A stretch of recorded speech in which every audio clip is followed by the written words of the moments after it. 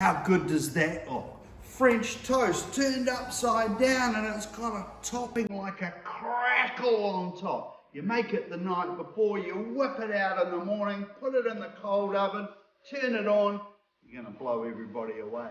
French toast, unbelievable.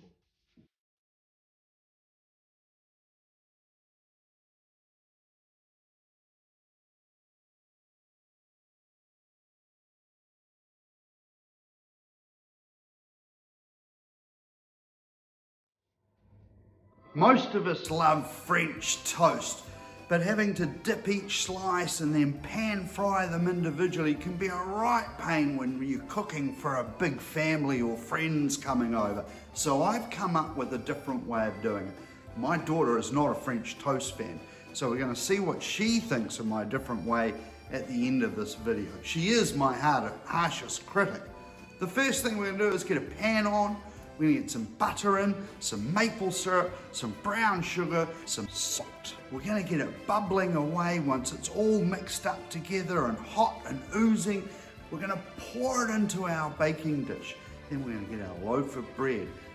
Really good if it's a couple of days old, but crusty's good. I'm going to cut it into cubes and I'm going to put the cubes on top of the sauce in the baking dish, and I'm going to put the crust on top of the sauce. Then we're going to get our eggs along with the orange zest into a cake mixer with a whisk. And we're going to whisk that up and all the orange flavour is going to go through the eggs. And once the eggs become light and fluffy with that lovely orange flavour, I'm going to get some other things in there.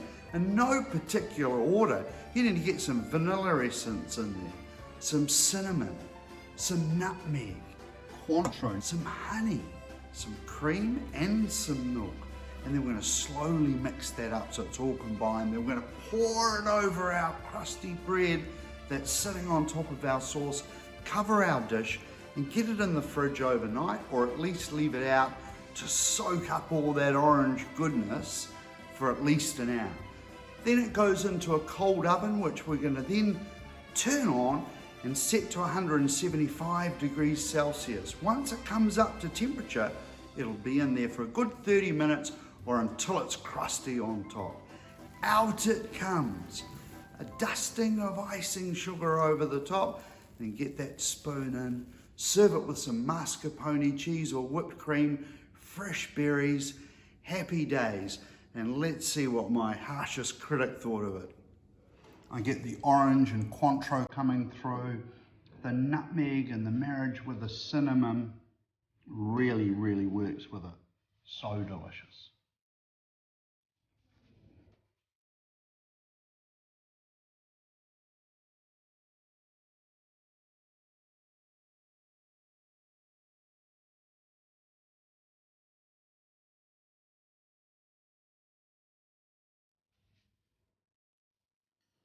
How's it taste? Really